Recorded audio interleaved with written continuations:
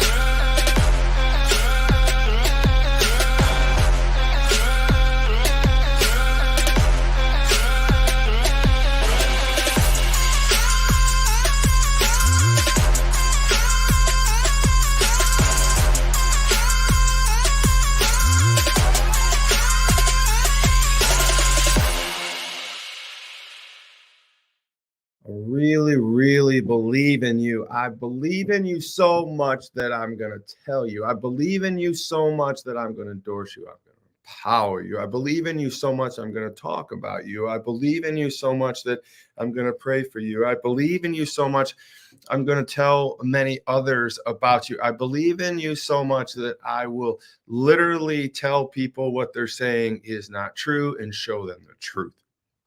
I believe in you. You know, got my watch on here and I don't like the noise it's making. I believe in you. I mean, it's so like this show this morning is, and we're picking up from last week, and I can't but help but think about my father, and I know this is a saga that's probably going to run for a while, and it's been it's been heavy on my soul for 5 years now. Matter of fact, I would tell you this that I remember as a small boy, I don't know if I was praying. I remember talking to somebody. I remember talking to myself. I remember talking to the clouds. And I'm like, gosh, man, I don't know what I'm gonna do when my dad dies someday. So it was like a big fear from the time I was probably 10 years old or whatever I can remember, thinking about death and life. And I remember, and even in high school, like practicing in my mind into myself. I didn't share this with anybody, but I practiced like, what was I going to say at my dad's funeral?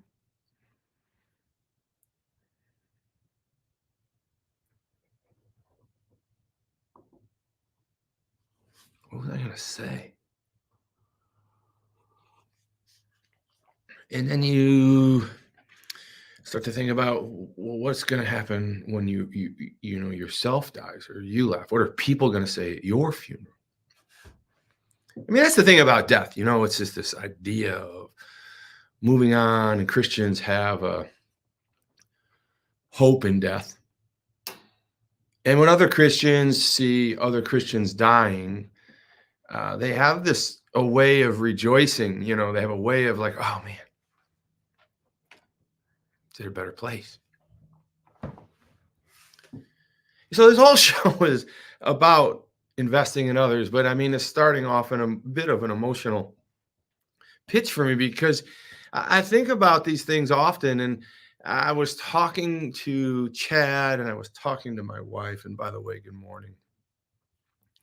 Honey, you're awesome, on the way out the door. She's doing her exercises. She interrupted me a couple times during my study. She said, "What's going on?" And I said, "Well, I'm trying to get ready for my show, and I keep getting interrupted." She kind of chuckled and kept doing what she's doing. And of course, at the last minute, as I'm getting ready to leave, I kind of get where I'm going to go with things, and I'm in a better mood. And as I was leaving, I grabbed my bag. I said, "I love you, honey." I gave her a kiss, and as I was going out, she said, "You're really doing really good with all this."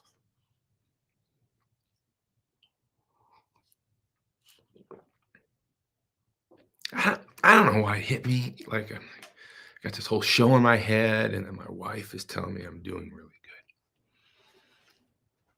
good. I'm thinking about investing in other people, invest to pass the test. I have scripture for you from Acts we're going to go over, but I just really want to bring everyone together here with some things that are going on in all of our minds. I remember vividly more than one occasion preparing a message for when my father dies, and he's not dead yet, but he has moved on to a place where things are really a lot simpler for him in some ways and they're not. In other ways, he's got dementia, and we've talked about that, and he's in a home now, and we've moved his wife into a place where she's more comfortable. And this was the first morning that we have woke up in 6 years that when we woke up, we weren't worried about if my dad was straying somewhere or his wife was getting injured or snapping a bone or she was in a coma. I mean, it just went through things and things and things. I mean, like this caretaking thing has really caused us to reflect. And so as I was looking down from our cabin, which is over the lake, we have a beautiful place here where we've been caretaking, and Tracy and I bought all the property around it to make the passage of time easier for everybody in this regard. And it was the first time I looked down at their house that we had purchased and that we were caring for them in with helpers, and there's no one in the house. Like, it was the first time. And we've been cleaning it and moving people and all this, but it was really strange. It was a relief in a lot of ways, and everybody's in a good place right now. But this whole the swirls of like the pain, the scares, the frightenedness, this idea of them hurting, not getting hurt, making the right decisions, all this is just kind of gurgled up to the top, and finally they've landed in two separate homes where they're being cared for. And Tracy and I are sitting here, and I'm just thinking, man, it's like he's gone, and I'm thinking about what I would say. I'm thinking about these things, and as I was preparing the message when I was 10, and as I was preparing the message when I was maybe 14, and as I was preparing the message when maybe I was 18, maybe, and then I was 25, and then maybe I was 35. And as I started to prepare the message at the age of 50, it brought me to the age of 58. And I'm thinking about the message again.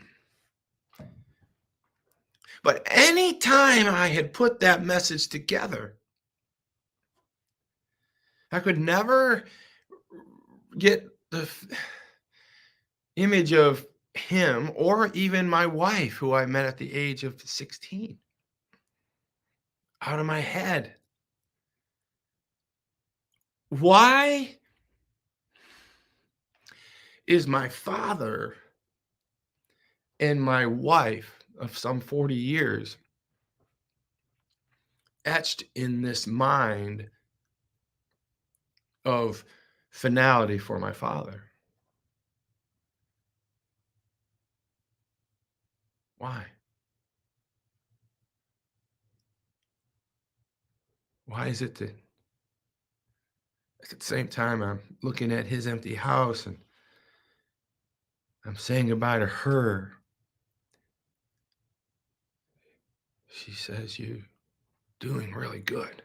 Man, that makes me feel great. But what is it that's in common between this monumental man in my life and this monumental wife, partner, person, soulmate in my life? What is it that these two have in common? What is it that goes on in my life that makes me think about praying for him at the age of 10 or 12 and makes me pray for my wife on everyday occasion? And what do these two people have done in my life that have created this impact, this impasse, this impracticality of consciousness, because I can't get either of them out of my mind in anything that I do and almost anything I go forward in life? Why is it that this type of thing happens to me like this? And this show, obviously, I tell stories about me and my wife and my life and my time and everything we're doing, but this show is about you. And I want you to understand, when I think about these things, I think, what can help these people? What has God delivered to me through all these things that we talk about right now? And what is he asking me to say today when he brings me Acts 9:27? And then he cross-references it with Acts 4:12. I don't think it's any accident by any stretch of the imagination at all. I just don't. I can't find many accidents in the Bible. I've looked. There's none.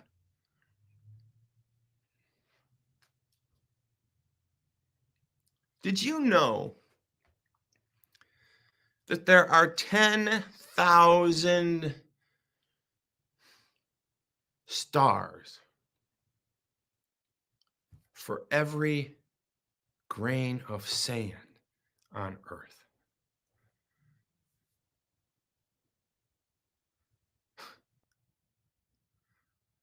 Did you know that? I didn't know that. And I can't prove it. I mean, there's lots of thing on the internet. But I choose to believe it.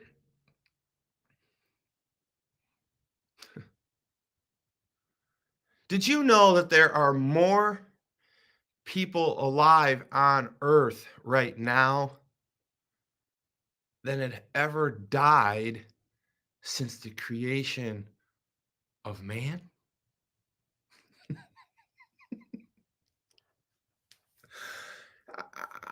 I can't prove it, but I choose to believe it.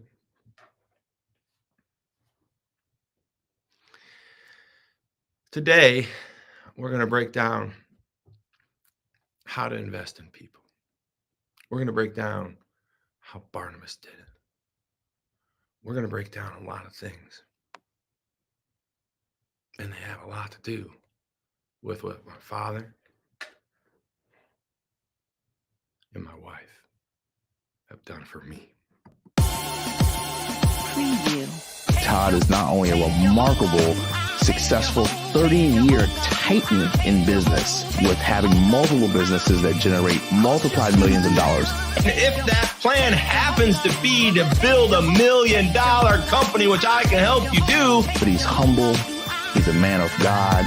He's a family man. The world's news organizations are built on everything but positivity. He is an influential entrepreneur and business speaker for over 30 years. I've got to forecast. I've got to pronounce. I've got to project. I've got to share with you my ideas, my vision, my goals for not only myself, but for you. That's why he came up with his incredible concept of taking and creating a platform for people that are wired differently. And you got to understand that your habits of your person and your habits of your business and your habits of your spirituality have to lead to the North Star of who you are. We need to figure out who we want to be in life.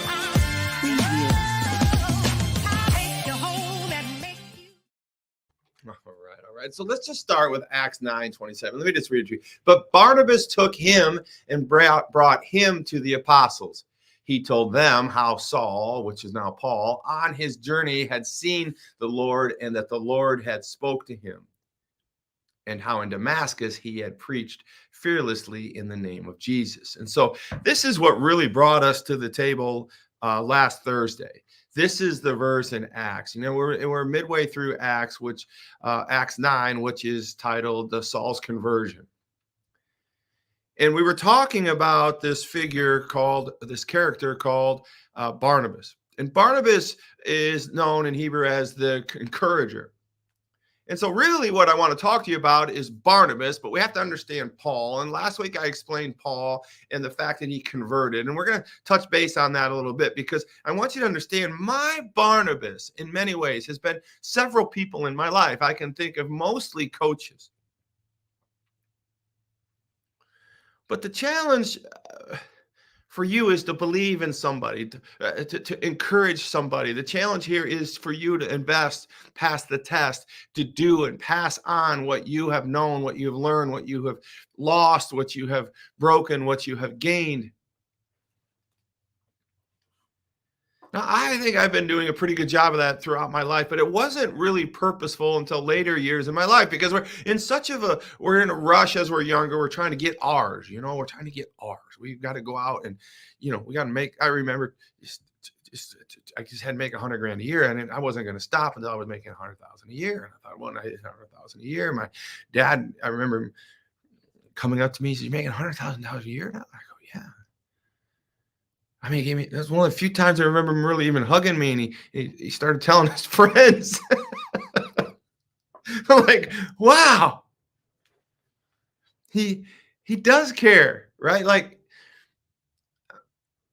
we just run so hard, and we just go so hard, and we're really focused. And I'm not saying it's wrong, because I did it and I'm still doing it. There's no question that I'm running hard right now. Only way I guess I know how to run. That's what my dad did. But what he also did was pour into other people. He was a coach. He's a football coach.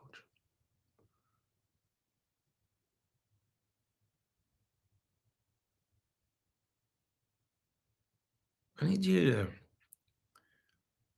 think about that for a second. An image of a coach, someone in your life that poured into you.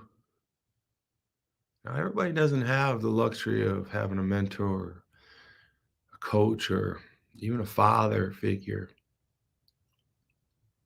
But most of us have had somebody at some point do something for us, and it's still in our minds,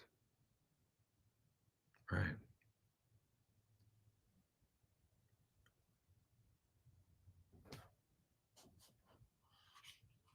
And I think that's what really separates us from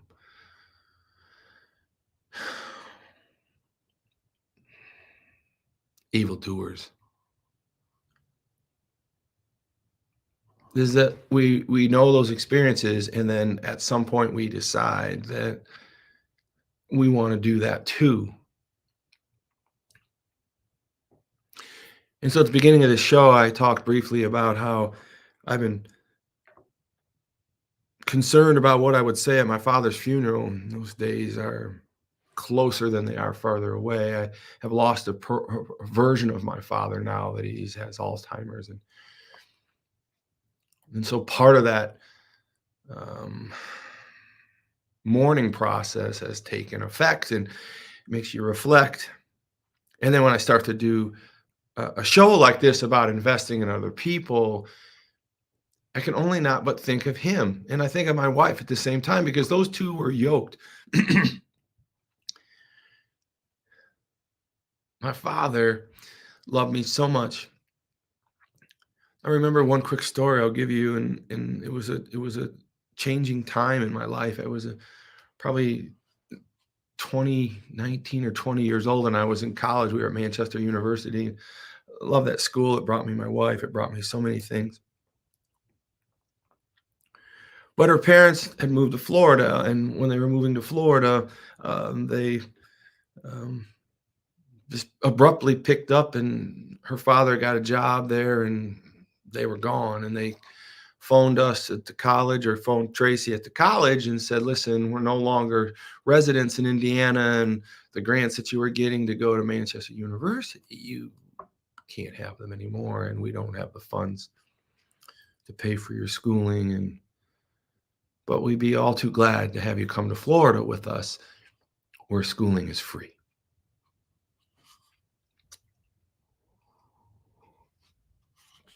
Now, I got to tell you, Tracy's father and I are best friends now, and I love him so dearly. He's taught me so many things. But back then, we weren't best friends. Maybe said 5 words to the man. I mean, I knew he wasn't on the top 5 men that he wanted his daughter to marry. So I had a little thing in me that was like, man, I can't believe he's taken her. I couldn't, isn't this just perfect, right? Move to Florida, take your daughter. — 'Cause But little did I know that that would add to the story, that would add to the flavor, that would add to the investment story, that would add to this actually very moment right now. It's funny how God works, right?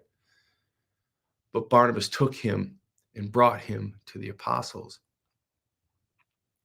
Little did I know that when I decided what I had to do was that I just wasn't ready for her to leave. I don't even know if we'd said we loved each other. I'm sure we said, man, I love you, but this, that, but we weren't engaged. We were like 19, 20 years old. And it was just like a wrong time for me to have to say, oh, I want to marry you. I'm like playing football at a college university. And it was just bizarre. But I'm like, I had to do something because I knew if she went to Florida, man, all bets were off. I'm like, I would go crazy about what's going on there. And I don't know, I can't even be accountable for my own self. She would never put up with it's just, I have to make a decision. And I could only go to only one person could I go talk to about a decision I had to make that was going to change the course of not only my life, but so many lives as we sit here right now at the age of 58 years old, was I had to go to my father. I jumped in my Dodge Omni and I drove an hour and 20 minutes to Angola, Indiana from Manchester. And there he was. And I said, Dad, what you doing? He said, hey, son, I didn't know you were coming here. We didn't have cell phones. I said, Dad, I got to talk to you. What's up, son? Well, Tracy's out of money and she's going to have to move to Florida. And we just kind of stared at each other and we knew what that would mean. He says, well, what do you want to do, son? I said, I need to talk to you. You are probably the answer to anything I have right now, Dad. I want to borrow $2,000. $2,000. I can keep her one more year and we can figure out if we're going to live the rest of our lives together. But I can't let her go.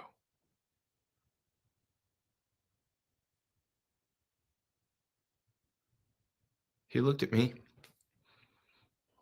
and he said, Butch, do you love her? And I said, Dad, I love her as much as I've ever loved any woman, any girl, any person. I do.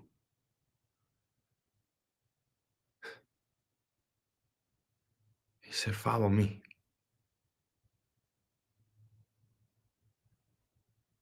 And we left this cottage that we had on the lake. And we walked across the back concrete entryway. It was an old cottage. And we walked up these stairs, probably 10 stairs to get up to a parking platform where he had parked his red Buick Riviera. And I remember he was just so cool because he swagged up there,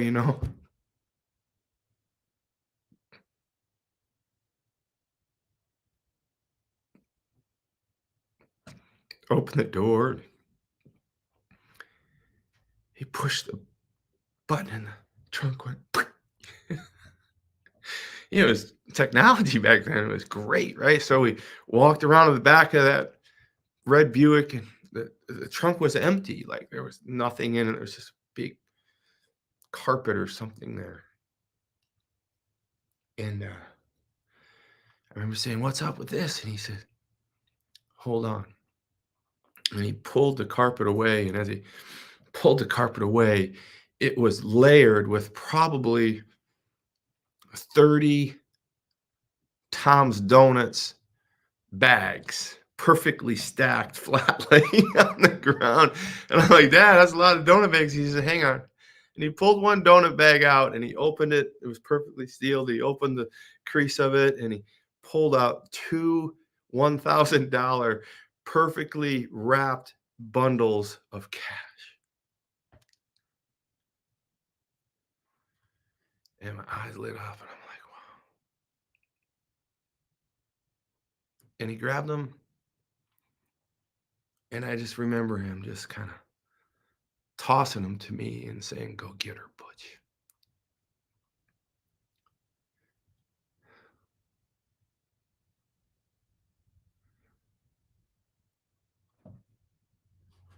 Go get her, Butch.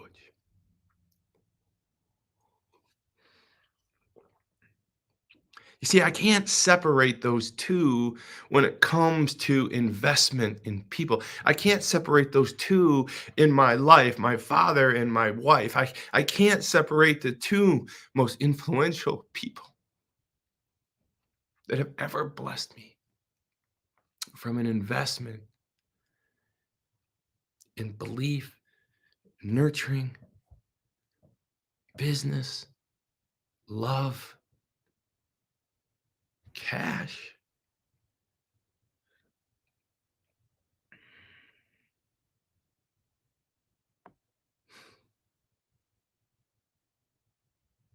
But Barnabas took him and brought him to the apostles. There's a verse I have for you is Acts 4:12. Salvation is found in no other else, for those that are named and under heaven given to mankind, by which we must be saved. Basically, that is saying there's only one way to heaven, that's through Christ. And Barnabas is saying he took Paul to the apostles to invest in him. All this to say this morning is we are born to invest in others. And I wanted to give you a meaningful story about the importance of investing to others. I wanted to give you something emotionally gripping, something strife to the point, something that would literally cut at your soul. And I didn't even prepare that. But it's true. So let me give you the three things that my father has done for me and the three things that Tracy has done for me when it comes to investing. And what Barnabas did, but Barnabas took him and brought him to the apostles. Barnabas brought Paul, who was Saul. Saul was a murderer of Christians, and he saw Jesus Christ, became an apostle.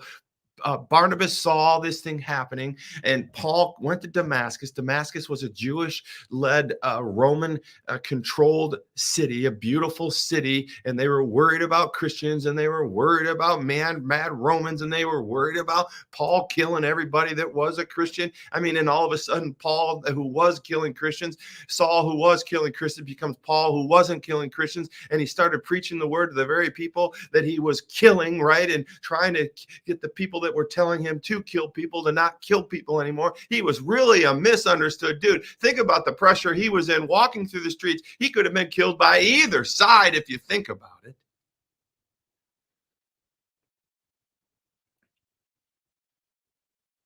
But Paul pressed on. He had to run from certain towns. Even the apostles were scared of him, but not until one person, Barnabas, literally brought him to the apostles and says, boys, he's one of us.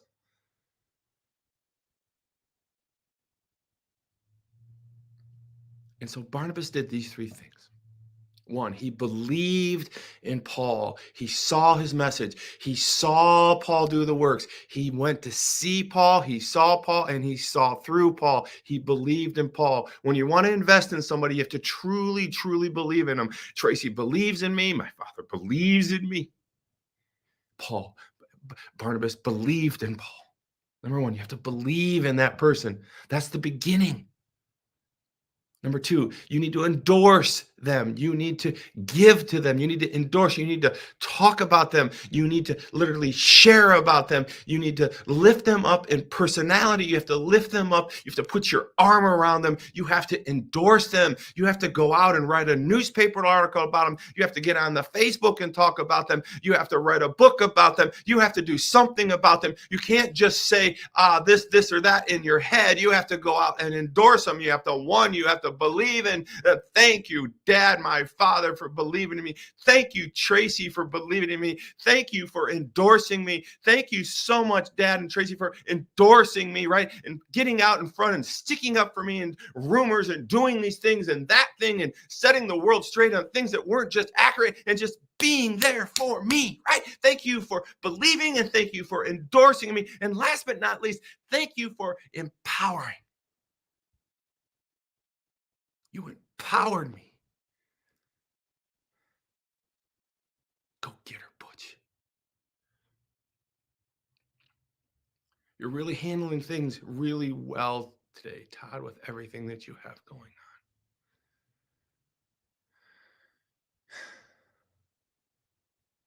Thank you for empowering me. Who are we believing in? Who are we endorsing? And who are we empowering? And who in your life are you doing that for? Believe, endorse, empower. We're called to these three things. Did you realize that God's word is true in all forms? Did you realize that what I'm sharing with you about Paul and these things, they're true and they're in the Bible? Did you realize that God is so miraculous that there are literally 10,000 stars to every 1 grain of sand? As hard as that is to fathom, it's that important that we press forward and invest in other people. Preview. Todd is not only a remarkable, successful 30-year titan in business with having multiple businesses that generate multiplied millions of dollars. And if that plan happens to be to build $1 million company, which I can help you do, But he's humble. He's a man of God. He's a family man. The world's news organizations are built on everything but positivity. He is an influential entrepreneur and business speaker for over 30 years. I've got to forecast. I've got to pronounce. I've got to project. I've got to share with you my ideas, my vision, and my goals for not only myself, but for you. That's why he's came up with his incredible concept of taking and creating a platform for people that are wired differently. And you got to understand that your habits of your person and your habits of your business and your habits of your spirituality have to lead to the North Star of who you are. We need to figure out who we want to be in life.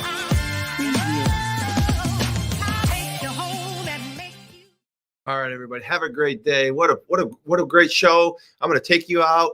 I got to tell you, tomorrow's going to be phenomenal. We're going to follow up on this with Barnabas. We're going to even take some more things out there. But God bless you for all you that tuned in today. Had lots of people. Get to wireddifferently.com. That's wireddifferently.com. And I want you to buy some T-shirts. I want you to endorse and support and invest into this mindset, mission, movement, and ministry, wireddifferently.com, because my job is to grow you personally, spiritually, and profitably. Let's have a great day, everybody. Thanks for just being a part of my life.